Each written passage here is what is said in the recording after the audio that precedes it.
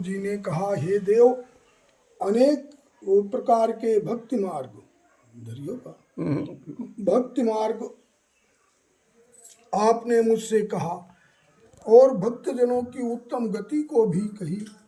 इस प्रकार भयंकर यमलोक मार्ग को सुनने की इच्छा करता हूँ। आपकी भक्ति से विमुख पुरुषों का यमलोक में जाना मैंने सुना है। हे भगवान, आपका नाम अति सुगम है, उसके उच्चारण करने में कुछ परिश्रम नहीं होता।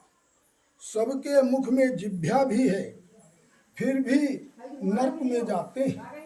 ऐसे नराधम पुरुषों को बार बार धिक्कार है। इस कारण हे भगवान, पापी मनुष्यों की जो गति होती है वो मुझसे कहीं। और यमलोक मार्ग में है धन के मद से युक्त हो आसुरी संपदा को प्राप्त होते हैं और दैवी संपदा से वर्जित रहते हैं। चित्त के चलने मात्र से विक्षिप्त हैं, मोह जाल से आच्छादित हैं और काम भोग में संलग्न हैं। ऐसे प्राणी असुच नामक नरक में जाते हैं। जो पुरुष ज्ञानशील हैं वे परम गति को प्राप्त होते हैं। जो प्राणी पाप कर्म में प्रवृत्त हैं वे तो दुख से यम यातना को भोगते हैं। पापी प्राणी को जैसे इस संसार में दुख होता है उसको सुनो। वे मृत्यु को प्राप्त हो जैसे यमलोक को जाते हैं उसे सुनो।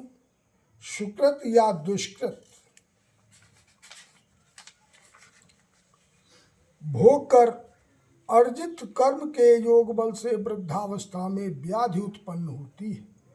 व्याधि कहते हैं मानसिक पीड़ा को, व्याधि कहते हैं शारीरिक पीड़ा को। जैसे कहीं व्याधि व्याधि उत्पन्न हो गई तो दोनों व्याधि और व्याधि, मानसिक पीड़ा और शारीरिक पीड़ा, उनको सर्प के समान अचानक काल आकर के प्राप्त हो जाता है। जैसे मृत्यु पर सर्प दौड़ता है, अंतकाल में वैराग्य उत्पन्न नहीं होता और जिसका आप पालन करते थे वे पुत्रादि पालन करने लगे और नेत्र से दिखाता नहीं, कान से सुनाता नहीं, दांत गिर गए। ऐसी अवस्था को प्राप्त हो मरणोन्मुख हुआ प्राणी अपमानित पुत्रों के द्वारा दिए गए भोजन को कुत्ते की तरह प्राप्त करता है। रोग युक्त है, भोजन जो खाते हैं वो पचता नहीं है, अल्पाहार है, एवं चलने की शक्ति भी कम है। बादी से नेत्र खुल रहे हैं।